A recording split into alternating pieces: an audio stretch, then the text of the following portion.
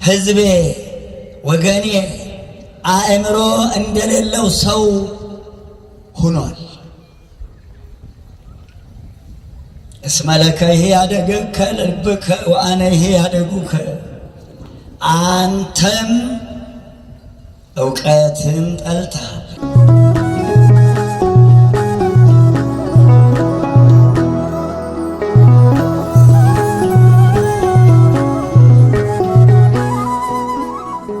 በጌታችን በመድኃኒታችን በኢየሱስ ክርስቶስ ስም ሰላም እላችኋለሁ። እንደምን አላችሁ? እንደምን ሰነበታችሁ? በቸርነቱ የጠበቀን እችንን ያደለን ዛሬዋ ዕለት ያደረሰን ጽጌዋን በሰላም ለመፈጸም ያበቃን እግዚአብሔር ስሙ ለዘላለም የተመሰገነ ይሁን። የምንቆይባትን ጊዜ እንዲባርክልን አንደበቴን የተከናወነ እንዲያደርገው ለመሰማማቱ እንዲያበቃን አስተምሮ በአእምሮ እንዲመልሰን እናንተን ውድ ወገኖቼን በተለይም ቅድስት ድንግል እመቤታችን ይዤ አንደበቴን ለሥላሴ አደራ ሰጠዋለሁ። ተመስገን ልመናዬን የሰማኝ ጌታ አይነ ልቦናችንን ያብራው፣ ዝነ ልቦናችንን ይክፈተው። ተመስገን። ማሳሰቢያዬ እንደጸና ነው። ሕፃናት እንዳይንቀሳቀሱ በያለበት አስቀምጡ። ቁጭ ብለን እንስማ። ይህ ቦታ የሚያስፈራ ቦታ ነው። እንዳይንቀሳቀስ ለማንም እንዳትፈቅዱበት፣ እንዳይንቀሳቀሱ ሕፃናቱ። እግዚአብሔር ከኛ ጋር ይሁን። እግዚአብሔር ይርዳን። መክፈቻዬ መዝሙር 96 ቁጥር 10 እና 11 እለታፈቅርዎ ለእግዚአብሔር ጸለዋ ለእኪት ያዕቅብ እግዚአብሔር ነፍሰ ጻድቃኑ ወያድኅኖሙ እምእደ ኃጥኣን ይላል ታላቁ ነቢይ ዳዊት። ከጌታ ልደት በፊት በሺህ ዘመን ርቀት የታደለ እጅ በገና የደረደረ መሰንቆ የመታ እጅ። አቤት እንደው ምን ሰርተ ይሆን? የታደለ ኢዮብ በእጄ ነውር ተጣብቃ እንደሆነ ከትል ጋር እየተጫወተ እድል ፈንታዬ ከእግዚአብሔር ዘንድ ነው። በቤቴ የመጣውን እንጀራ ሳይበላ ሄዶ እንደሆነ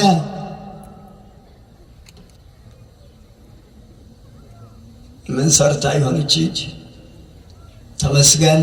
እናቱ ሁብሌ አባቱ እሴይ ኢትዮጵያ ናት፣ የዳዊት እናት። ክብር ለሱ ይሁን። ትርጓሜ ለወለ እግዚአብሔር እንዲህ ይላል፣ እግዚአብሔርን የምትወዱ ክፋትን ጥሉ።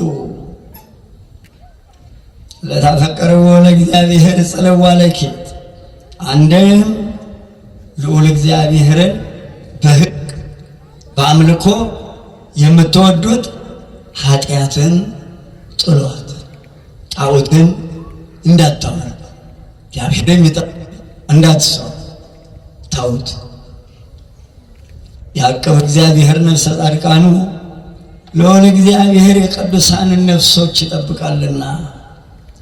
አንድም ልዑል እግዚአብሔር የቅዱሳኑን ሰውነት ከመከራ ሥጋ ከመከራ ነፍስ ይጠብቃቸዋልና።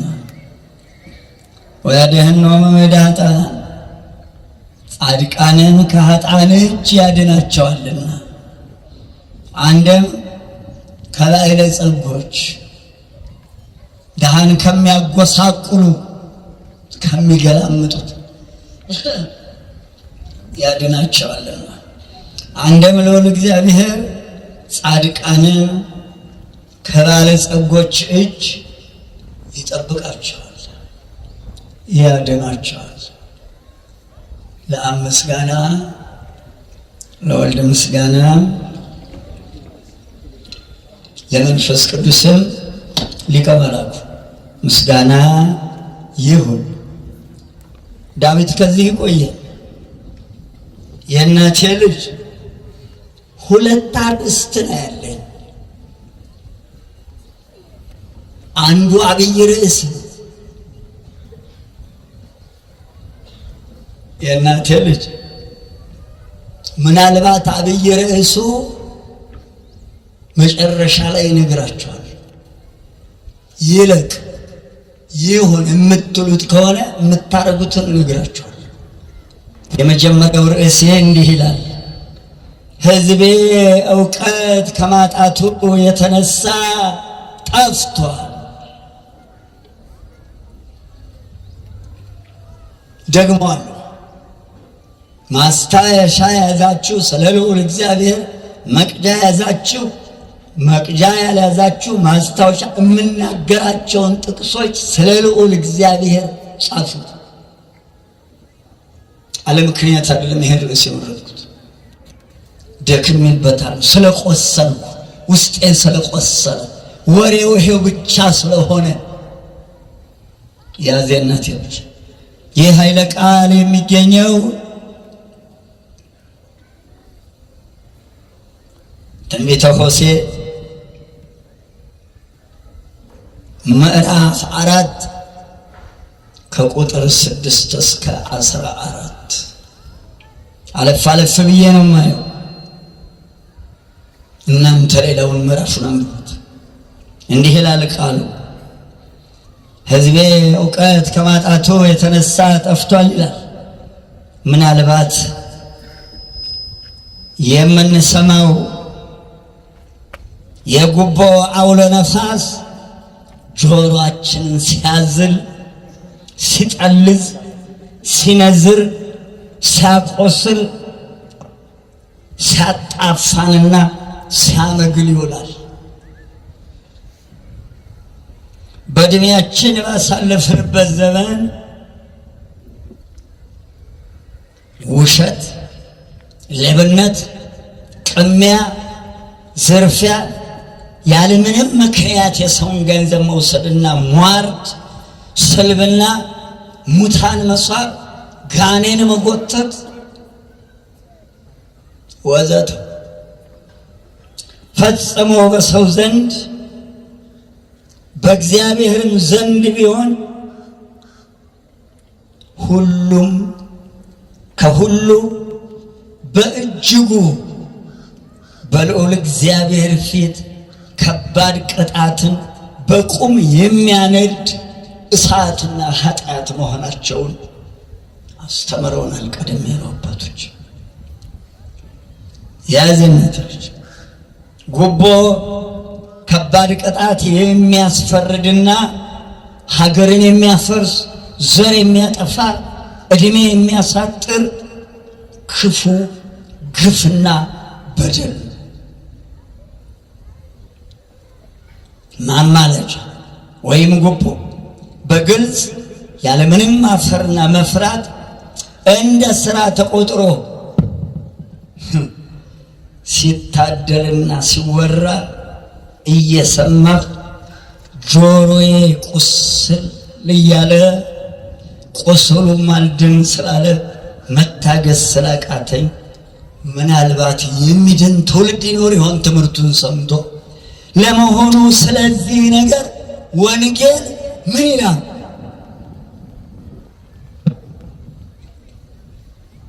ትውልድ ይድን ይሆን በማለት እነሆ በዚህ ትምህርት ገባሁበት።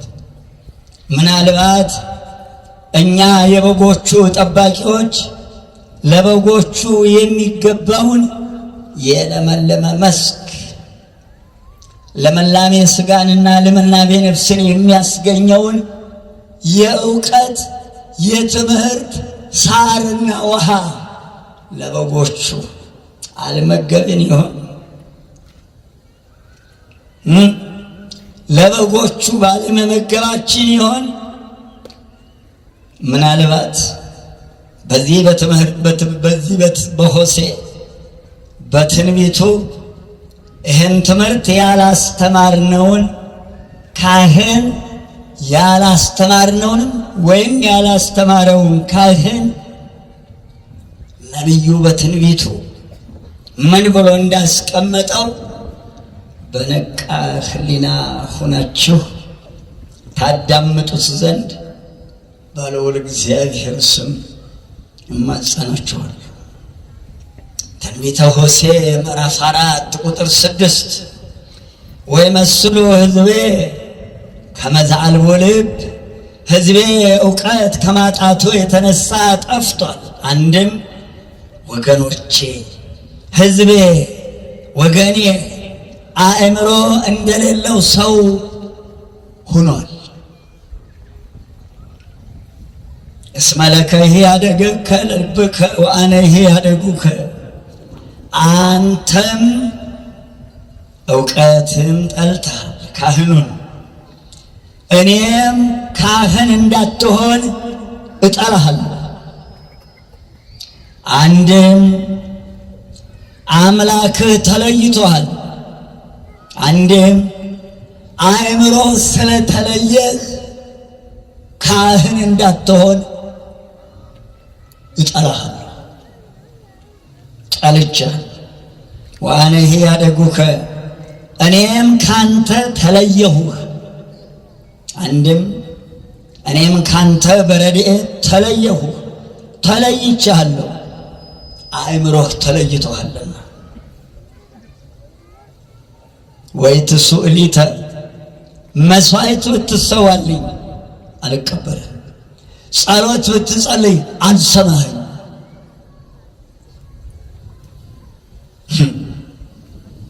የእናቴ ልጅ በአሁኑ ሰዓት ያለን ካህናት እኮ ስጋው ደግሞ የሚለወጥልን ካህናት። ይህ ከተጻፈ እሱን ጸሎትህን አልሰማም ካለ ጸሎቱን ካልተቀበለ መስዋዕት ይለወጣል? እግዚአብሔር ይሁነን። ንጹሐን አባቶቼን አይነካም የምናገረው። ጸሎትህን ቢያቀርብ ልዑል እግዚአብሔር እንደማይቀበለው ተናግሮታል። ምክንያቱስ ምን ይሆን? እስመ ረስአከ ሕግ አምላኩ አነሂ ረስኦሙ ለደቂቅከ፣ አንተ ሕጌን እንደረሳህ፣ አንድም የአምላክህን ሕግ ረስተሃልና አንተ ሕጌን እንደረሳህ እኔ ደግሞ ልጆችህን እረሳለሁ። ይሄ ፍርድ ስለሚመጣብኝ ገብቼበታለሁ። ይሄ ፍርድ ስላስጨነቀኝ በትምህርቱ ገባሁበት። ያዝ የእናቴ ልጆች ተረስቶ ከልጅ በላይ ስጦታ የለ። ሕዝቡንም ልጆቼ ይላል እኮ ካህን። ነቢይም ልጆቼ ይላል ነቢየ ልዑል ዳዊት። ልጆቼ ሆይ ሕጌን አድምጡ። አንድም በእግዚአብሔር መናገር ነው። እግዚአብሔር ልጆቼ ይለናል። ግን ልጆቹ ነን ሆነን ተገኝተናል። ሕጉን እንሰማለን። አንተ ሕጌን ከረሳህ ልጆችህን እረሳለሁ። አንድም የፈጣሪህን የልዑል እግዚአብሔርን ሕግ ረስተሃልና እኔ አምላክህ እኔ ፈጣሪህ ተለየሁህ፣ ተለይቻለሁ። አንድም የፈጣሪህን የአምላክህን ሕግ ረስተሃልና ልጆችህን እረሳለሁ። አስተውሉ። አንድም የፈጣሪህን የአምላክህን ሕግ እንደዘነጋህ አንተንም ልጆችህንም እዘነጋለሁ። አንተም ሕጌን እንደዘነጋህ እኔም ደግሞ ሁለመናህን እዘነጋለሁ። 7 ቁጥር በከመ ብትሆሙ ከማሁ አበሱ ሊተ፣ እነርሱ ልጆችህ እንደ ብዛታቸው መጠን ኃጢአት ሰሩብኝ። አንድም የወለድካቸው ልጆች እንደ ብዛታቸው መጠን በደሉ፣ አሳዘኑ። ሰው ሲበዛ ኃጢአት ይበዛልን። አሕዛብ ቁጥራቸው ብዙ ነው። በዚህ ምክንያት የሚሰሩት ኃጢአትና ግፍ ምድርን ያስጨንቃል። ጉቦ ክብረ አሕዛብ ነው። ወሬስዮ ሐሳረ ለክብሮሙ፣ እኔም የልጆችህን ክብራቸውን ወደ ነውር እለውጠዋለሁ። ድንግልና እኮ ክብር ነው።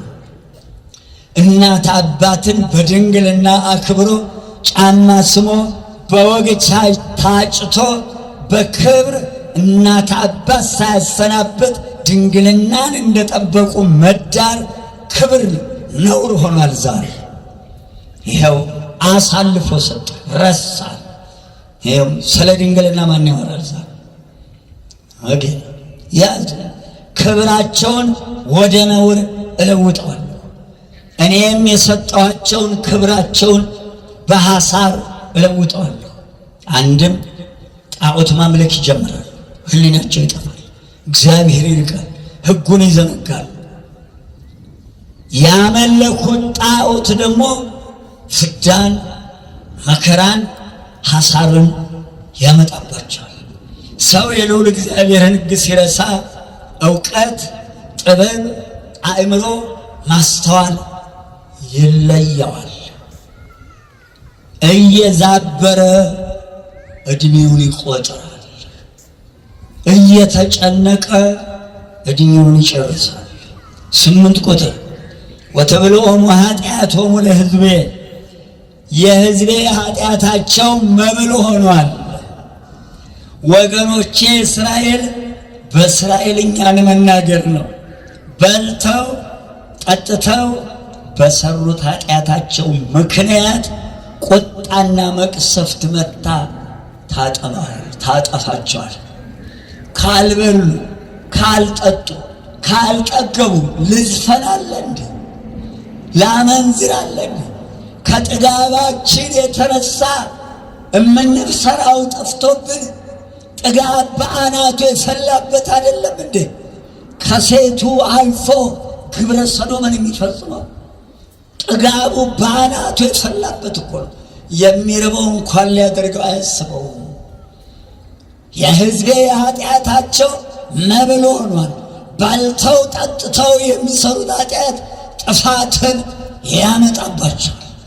እየጠጣ እየዘፈነ አይደለም ያሽቃልጠው፣ ጮማ የሚቆርጠው፣ ሴት የሚያማርጠው፣ መጠጥ የሚገለብጠው እስኪገለበጥ ድረስ አስተውሉ። በልተው ጠጥተው በሰሩት በኃጢአታቸው ምክንያት ከእግዚአብሔር ዘንድ ቁጣና ማዕተጠፍ መታ ታጠፋቸዋለች። ሕገ እግዚአብሔርን ረስተው የበሉት የጠጡት ቁጣና መቅሰፍት ሆነው ያጠፋቸዋል። አባቶቻችን እኮ ስመ እግዚአብሔር ሳይጠሩ ማሳው እርሻው አይጀመርም። ስመ እግዚአብሔር ሳይጠራ ጸሎት ሳይደረግበት አውጥቶ ማሳ ላይ መበተን የለም። አባቴ ያሳዩኝ ነው የምናገረው። ነፍስ አባታቸውን ጠርተው እምዘራው ነው ባርኩልኝ ብለው ዘሩ ተሰፍሮ ይቀመጣል። አባት መጥተው ባርከው ነው ሚዘራው የነበረው። ያን በልተን ነበር ያደግን። ሌባ አልነበረም፣ ውሸታም አመንዝራ አልነበረም፣ ወልዶ የሚክድ አልነበረም፣ ማህፀን የሚዘጋ አልነበረም፣ የሚያስጨነግፍ የሚያስወርድ ሰምተን አልነበረም። ጉድ እየሰራን ጉዱ ገና ይኸው የሕዝቤ በደላቸው ኃጢአታቸው እንደ ብዛታቸው ይኸው መብላቸው የሚያጠፋቸው ሆኗል። እንደ ብዛታቸው መጠን ኃጢአት ሰሩብኝ። ወይነሰዋ ለነፍሶሙ በጌጋዮሙ፣ እስራኤል ልባቸውንም ወደ በደላቸው አድርገዋል። አንድም በልተው ጠጥተው በሰሩት በኃጢአታቸው ምክንያት ሥላሴ ሰውነታቸውን በፍዳ በሞት ይወስዱታል። ይኸውም ኃጢአትን የሚሰሩ ሁሉ በሕይወተ ሥጋቸው በኋላም በነፍሳቸው ሞት እንደሚመጣ ልብ ይለዋል። ዛሬ ዘራናት በነፍሳችንም ከሞት በኋላ አዝመራውን የምናጭደው መሆኑን ልብ ይለዋል። አስተውሉ። የሚመጣባቸውን የሞት መቅሰፍት መናገር ነው። 9 ቁጥር ወይ ከወን ለከመ ዝንቱ ሕዝብ ከማሁ ካህን እንደ ሕዝቡ እንዲሁ ሕጉን ረስቷልና ካህኑ ይሆናል። ተውም ይልል ሲበሉ አብሮ ሲጠጡ አብሮ ሲዘፍኑ አብሮ ካህኑ ተደባልቆ ሕጉን ረስቷልና እግዚአብሔር ተለይቷልና። ካህን እኮ ክቡር ነው። ካህን የሿሚውን ክብር መጠበቅ አለበት። ሿሚው እግዚአብሔር ነው። እዚያም ዘው የለም። የሚገባበትም የሚናገረውም የሚለብሰውም የሚወጣበትም ሁሉ የሿሚውን የአምላኩን ክብር የጠበቀ መሆን አለበት። እናቸር ፍትሐ ነገሥት መሸታ ቤት የተገኘ ካህን ስልጣኑ ይያዝላል። የት ነው የሚሽል? የት ነው ምንለው? አይ 8ኛው ሺህ አቤት ቆቦ ያለው መርካቶ፣ ሻሹ ያለው መርካቶ፣ መስቀሉ ያለው መርካቶ፣ ከበሮው መርካቶ፣ በገናው መርካቶ፣ አቤት ጉድ ካባው ቀሚሱ መርካቶ። እነማ ሆይ የመርካቶ ቆብ፣ እነ አባው ሆይ የመርካቶ ቆብ፣ እነ መምሮ የመርካቶ ሻሽ። እናቴ ልጅ እውነተኞቹ የተዋህዶ ልጆች ልባቸው ነው ሻሹን የተመደበው፣ ልባቸው ነው የመነኮሰው ቆቡን ያደረገው። መንኩስና እኮ መላእክትን መሆን ነው። መንኩስና እኮ መላእክትን መሆን ነው። ብፁዕ አባታችን አቡነ ተክለ ሃይማኖት ከ24ቱ ካህናተ ሰማይ ከ40ቱ እንስሳ የሥላሴን ዙፋን የሚያጥን መንኩስና ድንግልና ንጽሕና እኮ ነው።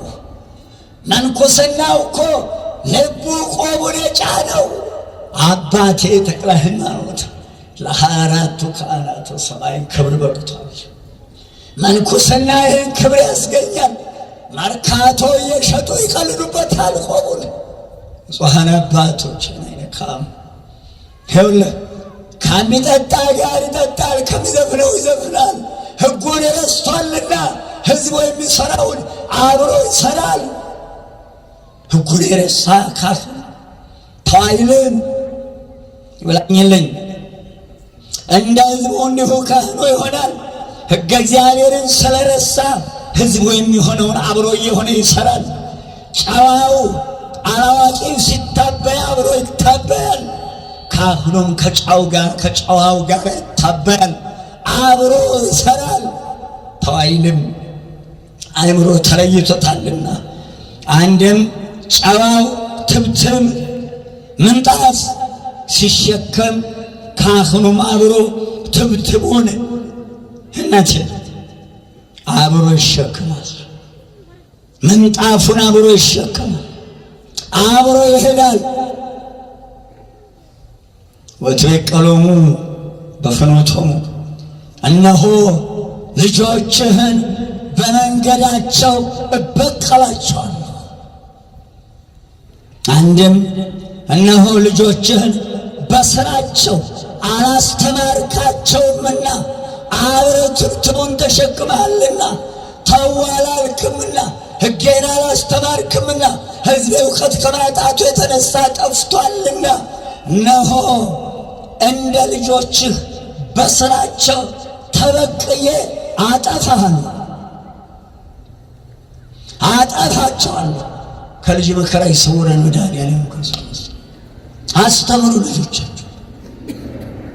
ያስ ወትፈዴዎሙ በከመ ምግባሮሙ ሥራቸውን ወደ ራሳቸው እመልሰዋለሁ። ሁሉም የዘራውን ያጭዳል።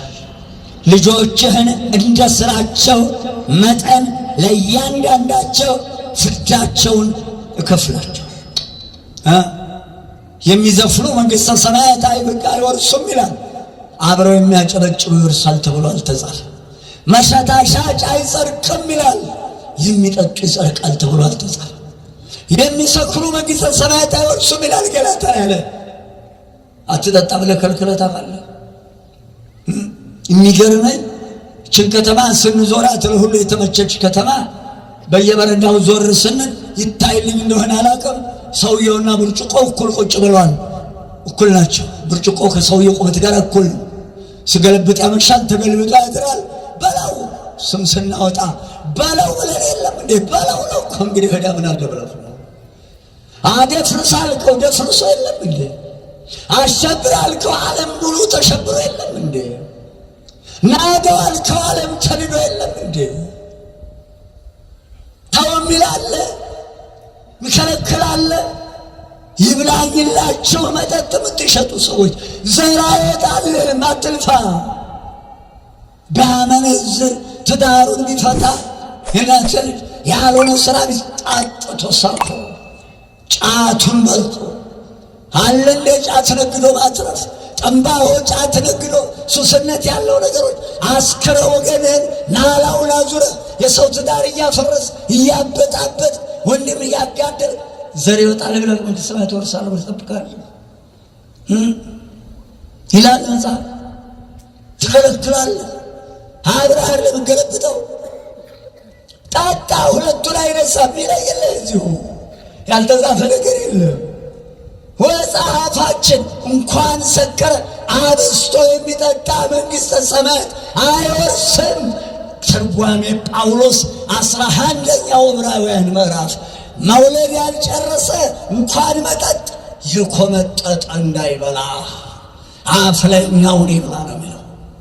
ጸንሱ እንዳይበላሽ፣ ማህፀኑ እንዳይበላሽ፣ ደሙ እንዳይበላሽ፣ ዘሩ እንዳይበላሽ፣ ነቀዝ የበላው ክፉ ትውልድ፣ ተምች የበላው ተምች ትውልድ እንዳይወለድ በለው። ማን ይመልሳል?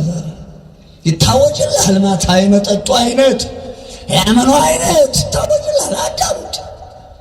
ከገሙ አይቀር ብስብስ፣ ከጠነቡ አይቀር ጥንበት። አንድም ልጆችህን እንደ ሥራቸው መጠን ፍዳቸውን ከፍላቸው። ይኸውም የካህኑ ልጆች ማለት ልዑል እግዚአብሔር እንዲጠብቅ አደራ የሰጠውን ሕዝብ ማለት ነው። የካህኑ ልጆች ማለት እንዲጠብቅ፣ እንዲያስተምር፣ ከክፉ መንገድ እንዲመልስ የተሰጠው ሕዝብ ልጆቹ ናቸው።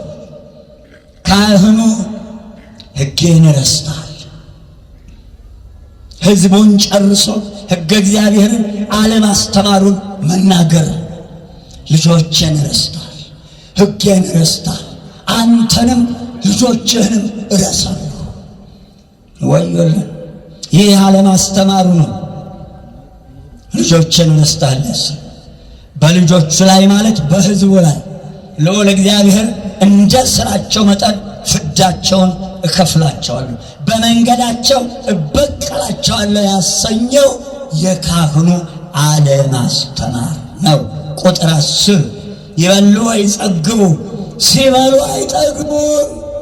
ቀንና ሌሊት አለ ምን በለ ሲበሉ አይጠግቡም፣ ይጠጣሉ አይረኩም፣ ሲያመነዝሩ አይወልዱም። ጉድ! በግብረ ሰዶም መውለድ አለ። ሰዶም፣ ገሞራ፣ ሲባማ፣ ሲባዮን፣ አዳማ አምስቱ አውራጃዎች ዘር የማያስገኝ ሥራ ወንድ ለወንድ ግብረ ሰዶም ሰሩባት። እግዚአብሔርን ተገዳደሩ። እስካሁን ድረስ ይህን ግብረ ሰዶም የፈጸሙባት መሬት እግዚአብሔር አምላክ እነሱ ዘር እንደማያስገኝ ዘር የማያስገኝ ሥራ እንደሰሩባት እነሱ ይህን ሥራ የሰሩባት ሀገር እስካሁን ተተክሎ አይበቅልባትም፣ ዘር ተዘርቶ አይበቅልባትም። ዘር እንዳይገኝባት አድርጎ እግዚአብሔር ከምድረ ገጽ አጠፋት። ዛሬ ሴቱም ዘር የማያስገኝ ሥራ እየሰራ ነው ያለው። ያመነዝራሉ፣ ልጆች አይበዙም። አላ ተጽፏል እኮ ወደን አይደለም ይህንን የምንሰራው። ወዮልሽ ቤተሳይዳ፣ ወዮልሽ ኮራዚ! በሰዶምና በገሞራ ላይ ተደርጎ የነበረው ቁጣና መዓት በአንቺ ላይ ተደርጎ ቢሆን ኖሮ ሰዶም ገሞራ ንስሐ በገቡ ነበራ፣ ጻድቃን በተሰኙ ነበራ። ሰዶምና ገሞራ አቤት! ይህ የሚያመለክተን በዚህ ዘመን እዚህ ውስጥ ለገቡት ከሰዶምና ከገሞራ ምን ያህል ከባድ መቅሰፍት እንደሚወርድባቸው ያስተምረናል። ስለዚህ ሕግህን ረስተህ ያላስተማርካቸው ልጆችህ ቀንና ሌሊት ያመነዝራሉ፣ አይበዙም አለ። ደግሞ የሚጎርፈው ላስቲክ አለ። ደግሞ እንዳይወልዱ የሚያደርግ ቢያመነዝሩ እንዳይበዙ የሚያደርግ በለው እንግዲህ እናቴን እንጂ። ስለዚህ ያመነዝራሉ፣ አይወልዱም፣ ይጠጣሉ፣ አይረኩም። ምን ያልተጻፈ ነገር አለ? የዚህ እናቴ ልጅ ሲበሉ አይጠግቡም። ከላይ የታዘዘው ከላይ የተገለጸው ፍዳና በቀል ሊመጣባቸው ይበላሉ፣ አይጠግቡም። ሊመጣባቸው ቀንና ሌሊት ይጠጣሉ፣ አይረኩም። እንዲሁ አይደለም የሚነገው ሲያገላብጥ እያደባለቀ ሲጠጣ፣ ወስኬውን ሲገለብጥ፣ ሴቱን ሲያማርጥ፣ ጮማውን ሲቆርጥ አለሚያድረው። አንድ ተቆርጧል። ለነገሩ ሁለቱን አይነሳም የኔ ጌታ፣ እዚሁ ዳክሮ ይለይለት ለምኑ ከገሙ አይቀርብስብስ አይደለም የታባቱ በለው። ወይ ዜሙ ወይ ፈነፍኑን ሲያመነዝሩ ይላሉ፣ ሲያመነዝሩ ያድራሉ፣ አይበዙም። አስተውሎ እሳት አንድ አፍታ አንድም ከብዙ ሴት ይደርሳሉ።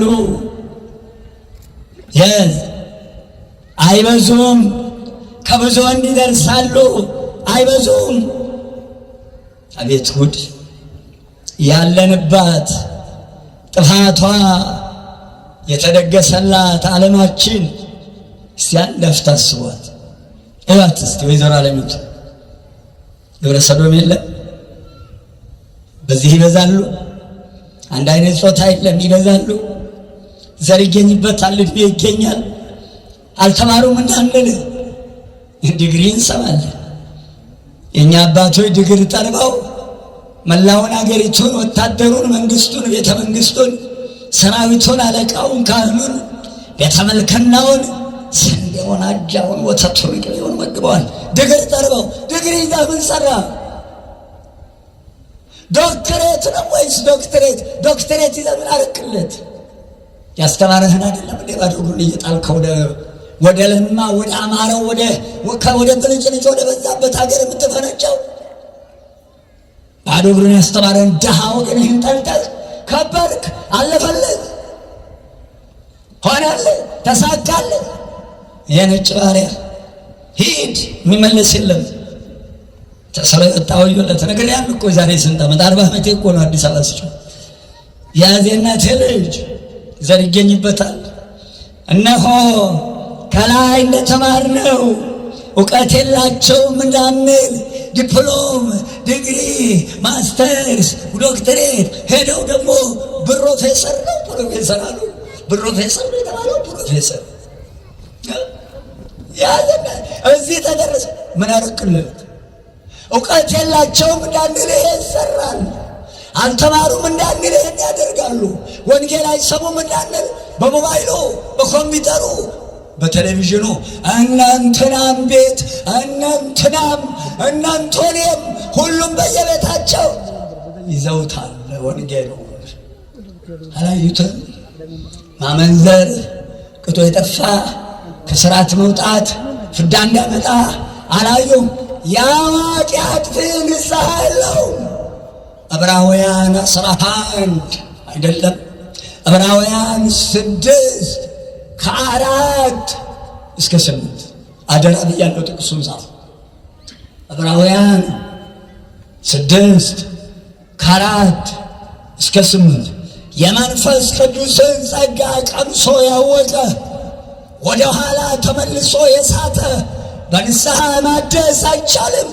አልተማሩም እንዳንል ያውቃሉ። የሚሰሩት ስራ ዘር አያስገኝም፣ እግዚአብሔርን የሚያሳዝን ነው። ስለዚህ እናት ልጅ ተፈርዷል። ጠብቀው።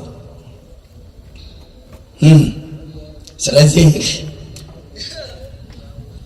ከላይ እንደተማርነው ወይመስሎ ሕዝቤ ከማልቦ ከመዛልቦ ልብ ይላል። ሕዝቤ እውቀት ከማጣቱ የተነሳ ጠፍቷል። እነዚህ ምሕረት ይቅርታ እነትል ሕዝቤ እውቀት ከማጣቱ የተነሳ ጠፍቷል ይላል። እነዚህ ምሕረት ይቅርታ ይደረግላቸዋል ተብሎ ልቶ በዕብራውያን በተናገርኩት ሁለተኛ ጴጥሮስ 2:19-22 የመንፈስ ቅዱስን ጸጋ ቀምሶ የበደለ ንስሐ የለውም። በንስሐ ማደስ አይቻልም። በየሰዓቱ በየዕለቱ ያለ እረፍት ከብዙ ሴት ከብዙ ወንድ ይደርሳሉ፣ ፈጽሞ አይበዙም። እስመ ኀደግዎ ለእግዚአብሔር አምላኮሙ ልዑል እግዚአብሔርን መጠበቅ ትተዋል፣ ሕጉን ትተዋል። ፈጣሪያቸው ልዑል እግዚአብሔርን በሕግ በአምልኮ ትተውታል፣ ረስተውታል። በዚህ የተነሳ ለሁሉም እንደየሥራቸው ፍዳ የሚያመጣባቸውን በቀል ይቀበላል። መዝሙር 93 እግዚአብሔር እግዚእ መስተበቅል፣ እግዚአብሔር መስተበቅል ገሃደ። የበቀል አምላክ እግዚአብሔር ተገለጠ። ለትዕቢተኞች፣ ለኃጢአተኞች፣ ለግፈኞች፣ ለበደለኞች እንደየሥራቸው ፍዳቸውን ክፈል። ምዕራፍም ተናግሯል። እንግዲህ በጎቹን እንዲጠብቅ በእውቀት በጥበብና በችሎታው ተመርጠው እና በመሐላ በሕዝቡ ላይ በደላን ፈጽመን በተመደብንበት በትክክል እንሰራለን ብለው ቃለ መሐላ ፈጽመው የተሾሙ ኖሎተ እስራኤል የእስራኤል እረኞች በእስራኤልኛን መናገር ነው። ነገሥታቱን፣ መሳፍንቱን፣ መኳንንቱን፣ አለቆቹን፣ ሕዝቡን፣ ሰራዊቱን፣ ካህናቱን የሚጠቀልል ነው። ስለዚህ በተዋረድ ያሉትንም ይጨምራል። በእውቀት በጥበብ በችሎታ ተመርጠው ወይ ድግሬ ወይ ምንትስ ተብሎ በመጀመሪያ ራሳቸውን በሕገ እግዚአብሔር ጠብቀው ሕዝቡን ወይም መንጋውን እንዲጠብቁለት መንፈሱና ጸጋውን ሰጥቶ ለዚህ ክብር ለዲግሪው የሚሆን ለዲፕሎም በቅተው በእውቀት አክብሯቸው የሚጠብቃቸውን ሕዝብ ለማስተዳደር የተሾሙት የተሰጣቸው ጸጋ ይባል። እነዚህ ሰዎች በዚያ ቦታ ሲመረጡ የሚያበራየውን በሬ አፉን አትሰር ይላል። ደሞዝ አላቸው። ከዚህ የተላለፉት ሁሉ ፍርድ ይጠብቃቸዋል። አስተውል። የሚያበራየውን በሬ አፉን አትሰር ይላልና ከበደለኛው ልብ አድርጉ። ይሄንን የተሾሙበትን የቀረበ መሐላ ስተው ኃጢአትንና ግፍን መማለጃ ተቀብለው ለበደለኛው አደልተው ፍርድ አጣመው ልብ አድርጉ። ፍርድ አጓድለው እውነትን በሐሰት ኃጥኡን ጻድቅ ብለው እውነተኛውን ሐሰተኛ ብለው እግዚአብሔር የሰጣቸውን የእውነት ዳኝነት ክደዋልና እነዚህ ለዘላለም ንስሐ የላቸው።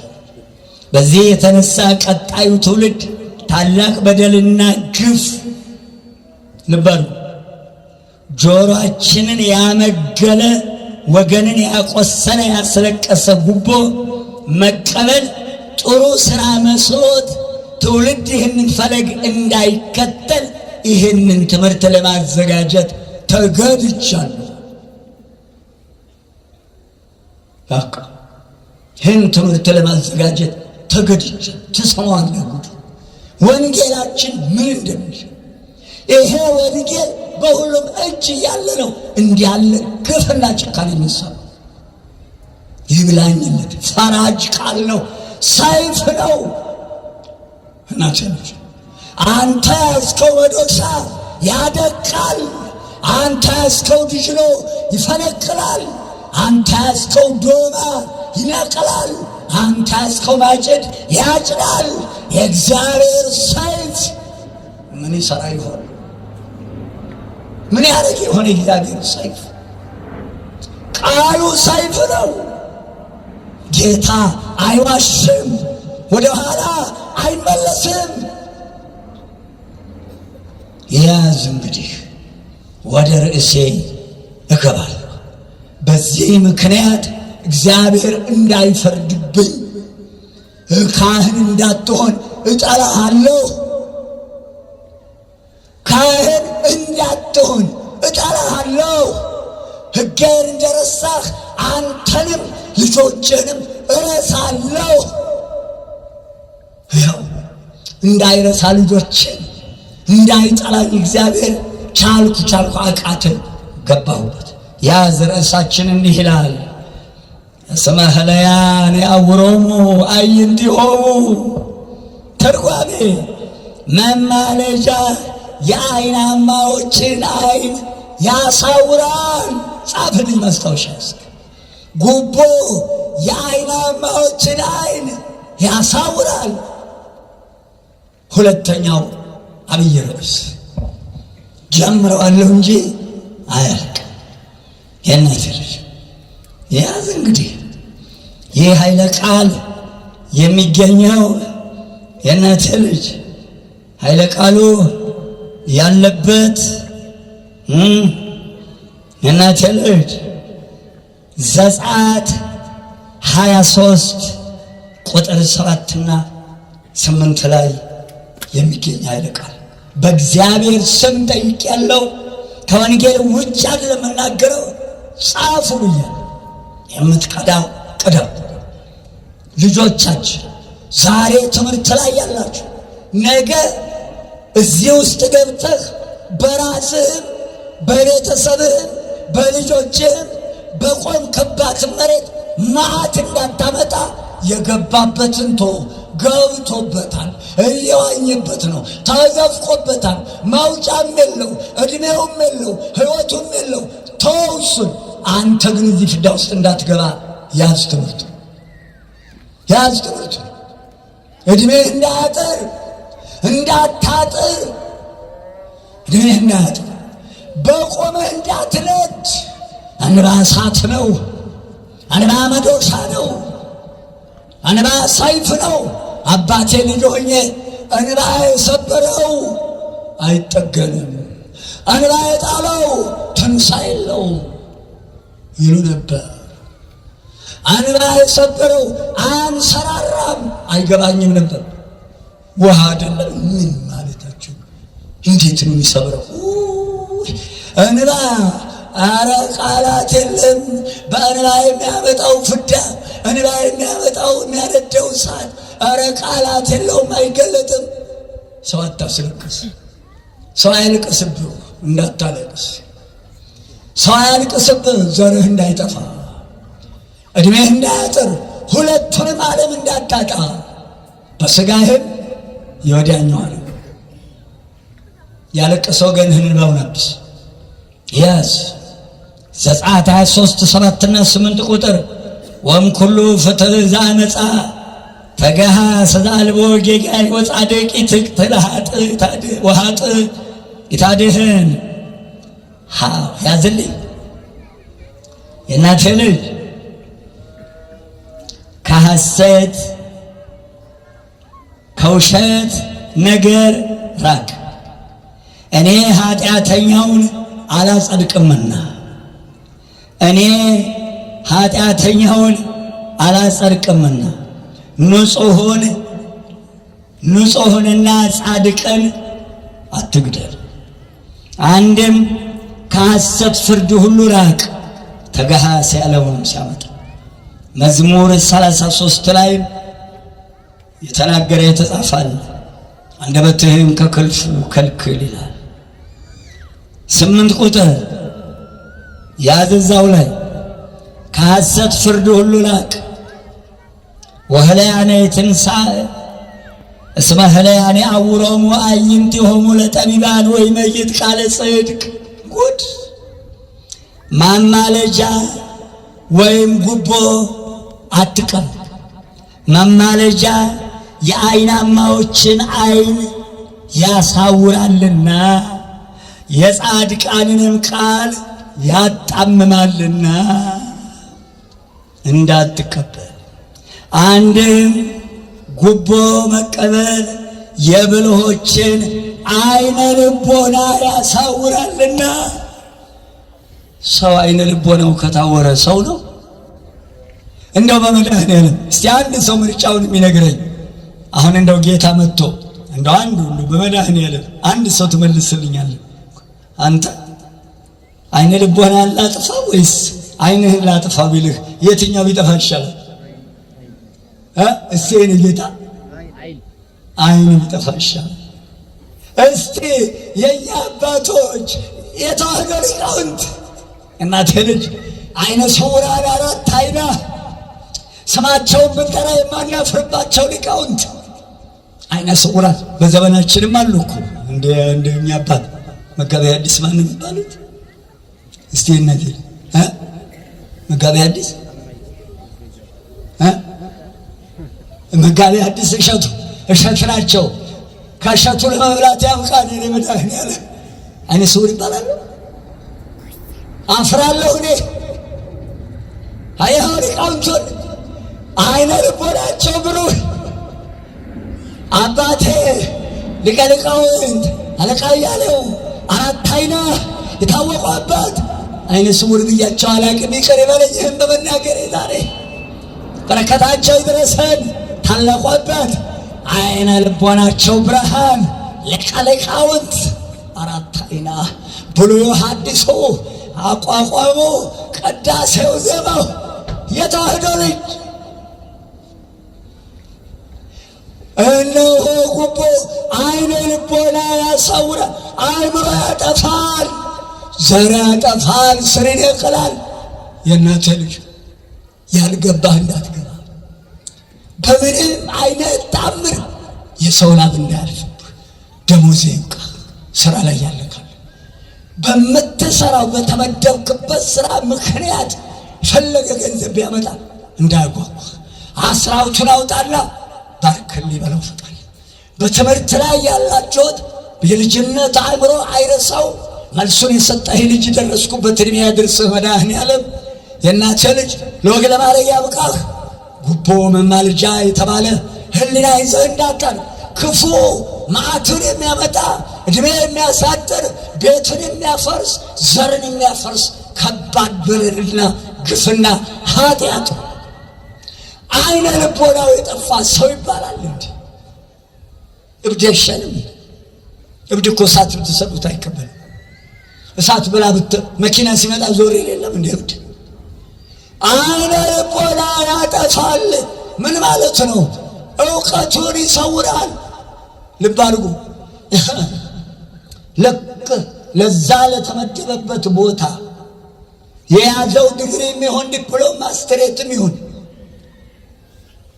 ተምሮ ለዚህ ክብር የበቃበትን እውቀት የሰጠውን አምላኩን እንዲያገለግል የተመረጠለትን ሕዝብ ንቆ ትቶ እግዚአብሔር የሚጠብቀውን ሕዝብ ትቶ ቃለ መሐላ ፈጽሞ የተቀመጠበትን ትቶ አገለግላለሁ ብሎ ትቶ ጉባን ከተቀበለበት ሰቀንድ ጀምሮ እርቃነ ሥጋውን ነው ያለው።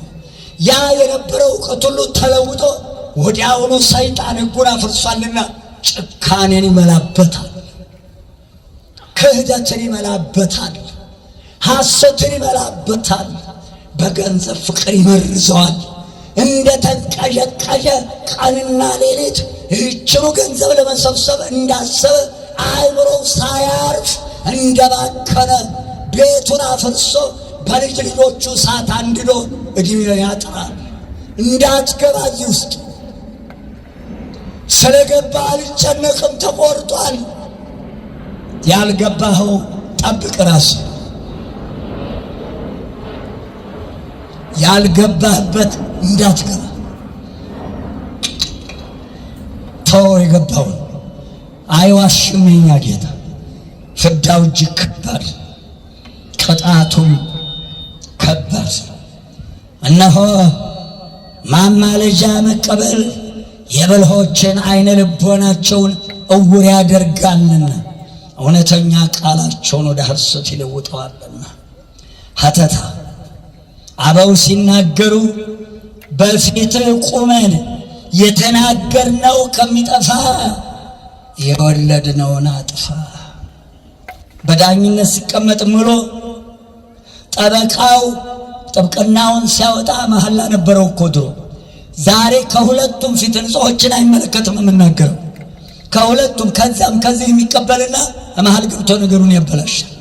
ገንዘብ ወዳየለበት በዚህን ይህን ብታረግ ተረታዋለህ የሚል ነገር ለዛ ለጠላት ያቀብላል። ከሁለቱ ተቀብሎ መሐላውን ያፍርሰው። ዘሩ ነው የሚጠፋው፣ ዘሩ ነው የሚጠፋው። ልባል መሐላውን አፍርሰው። ሀተታ አባቶቻችን የወለድነውን አጥፋ ብለዋል። እንደ እግዚአብሔር ውሸትን አያውቁም አባቶቻችን።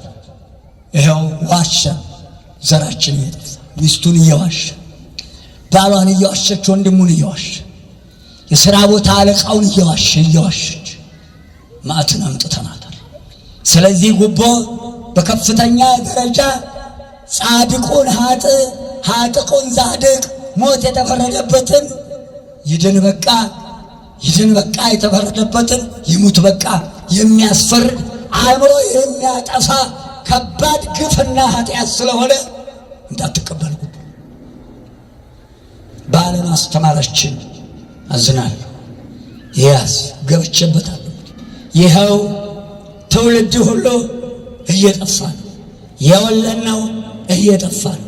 ሐሰት ተናገርን፣ ሐሰተኛ ከውስጣችን ወጣ። ማማለጃ ተቀብለህ ይድን በቃውን ይሙት በቃ ብለሃልና እግዚአብሔር ፍርዱን ቁጣና ማዕቱን ያመጣብሃል። ይሙት በቃውን ይድን በቃ ብለሃልና ማማለጃ ተቀብለህ እንዲህ ብለህ በሐሰት በሰው ላይ በወገንህ ላይ አትፍረድ። ልዑል እግዚአብሔር በሰው ላይ በወገንህ ላይ ማማለጃ ተቀብለህ በሐሰት እንድትፈርድበት አልሾመህምና ወዮልህ። ከላይ ከሰባተኛው ቁጥር ያያይዘዋል። ከሐሰት ፍርድ ሁሉ ራቅ። የእናቴ ልጅ ወገን ሽሽ ተጋሃስ ይላል መዝሙር 33 ከቁጥር 13 እስከ 14። ይድን በቃውን ይሙት በቃውን ይድን በቃ ብለህ በሰው ላይ በወገንህ ላይ አትፍረድ።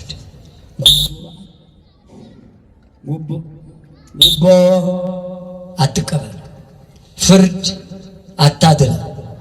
ተሟጋች ወዶ ማማለጃ ወይም ጉቦ ከሰጠኝ እንዴ ምነዋ ብለህ ራስህን በማታለል ወዶ የሰጠኝን አልቀበልም እንዴ ብለህ ራስህን እንዳታሞኝ።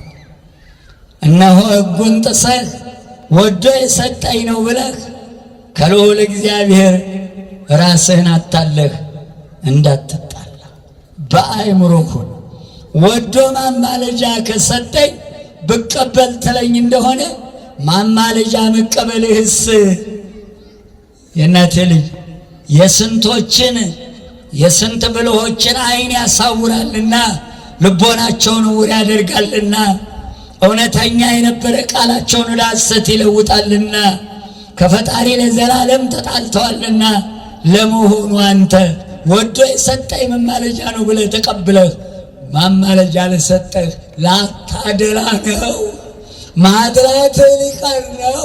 ወዶ ሰጠኝ ብለህ ወዶ ቢሰጥህ እንኳን ለፍርድ የመጣውን ራስህን አታለህ ጋዳል እንዳትገባ ይልሃል መጽሐፍ። አየኸው፣ አንብበው ታውቃለህ፣ ታነባለህ መጽሐፉን። አይ ጉድ! እሸሸ ገዳሜ ሰው ሆይ ሰውን። አዎ የእናቴ ልጅ እነሆ ለመሆኑ ተሟጋቹ ወይም ማማለጃ ጉቦ ሰጪው ለዳኛው ወይም ጉዳዩን ለሚፈጽምለት ለፈጻሚው ማማለጃ መስጠቱ ያኛውስ ቢሆን የእናቴ ልጅ እንዲያደላለት ፈልጎ አይደለም ይህን ያደረገው። የሚገርመኝ ግን ጉቦ ሰጪው አይጠየቅም። ሰራቂው እንጂ የተሰረቀው ፍርድ የለበትም። ይብላኝላችሁ ሰርቃችሁ ያስለቀሳችሁ፣ የዘረፋችሁ የቀማችሁ፣ በጤፍ ዋሻ በርበሬ እርጥብ በርበሬ በሚዛን እየሸጣችሁ 20 ኪሎ ቢሆን እርጥቡ በርበሬ 2 ኪሎ ውሃ 1 ኪሎ በርበሬ 80 ብር ቢሆን 1 ሊትር ውሃ 80 ብር ዘር ይወጣል ይሆን? አይ ጉድህ የለየለት ጉቦ ይሻላል በልበለው። መከራው ይመለስ በጊዜ። እምቢ ካለህም ገደል ሊከተው ነው የያዘው አባዜ። መከራው ይመለስ በጊዜ። ገደል ሊከተው ነው የያዘው አባዜ። መከራው የእናቴ ልጅ ይህንን አውታታ ወድቆ መቅረቱ ነው ከኃጢአቱ ቦታ።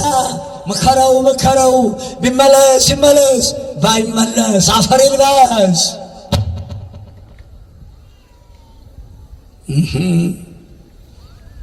ልጠቀልለው ነው የእናቴ ልጅ። ሰዓት የሚሄደዋል። ክብር ለመዳህ ነው ያለ የእናቴ ልጅ። ከላይ እንደተማርነው ማማለጃ ወይም ጉቦ የአዋቂዎችን የብልሆችን ዓይን ያሳውራልና የጠቢባንን ልቦና ያሳውራል፣ እውር ያደርጋልና ይላል ወንጌላችን። ጥቅሱን እየነገርኩ ትርጓሜ ነው እየጻፍኩ ያለሁት።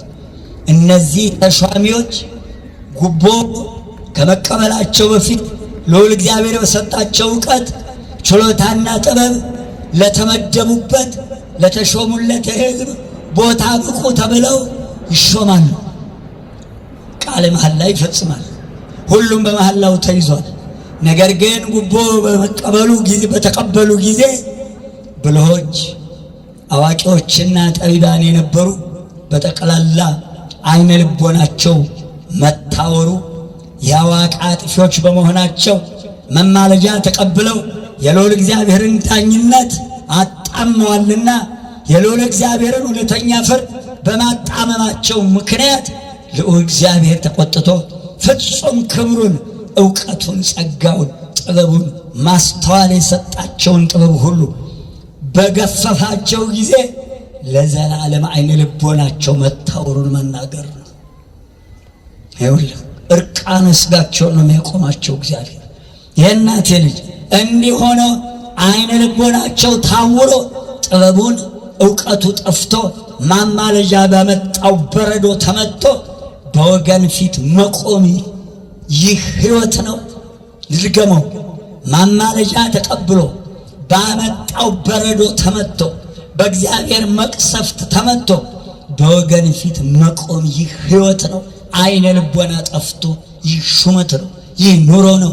ከልዑል እግዚአብሔር ጋር ተጣልቶ መኖር ይቻላል።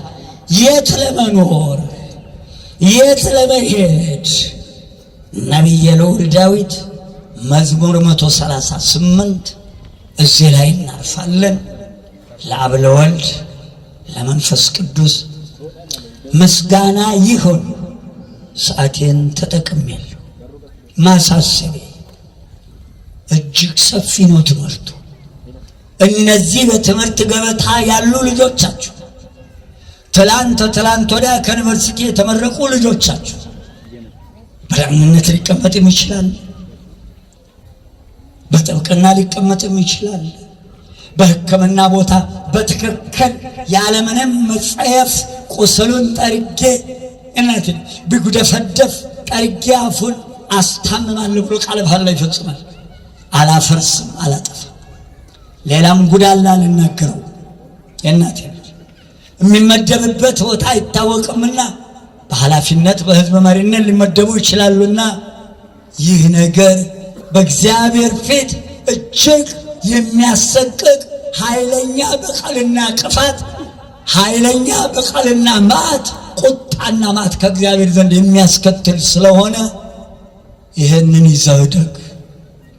በደሞዜ እኖራለሁ፣ የሚበቃኝን የቀጠረኝ ክፍል ይሰጠኛል፣ አስራቴን አወጣለሁ፣ በረከት ታድለኛለህ ብለህ በስርዓት ኑር። እጨርሰዋለሁ ትምህርቱ መቼ ያልቃል እናንተ ናችሁ ተወስኑ ለሆነልኝ ለማንኛውም መውጣቴ ነው ታሰናብቱኛላችሁ እግዚአብሔር በቸር ያገናኝ ያብዛችሁ አይኔን ያጠገበ መድኃኔዓለም ክብርና ምስጋና ይድረሰው የእናቴ ልጅ ከዚህ ጉባኤ የሚያስቀረን መከራ አያምጣብን ለብርሃነ ዕለቱ ለብርሃነ ጥምቀቱ ያደርሰን መድኃኔዓለም እንባችንን አብሰው ቀና ያድርገን ቸር ያገናኘን የእናቴ ልጅ ስሙ ለዘላለም ይመስገን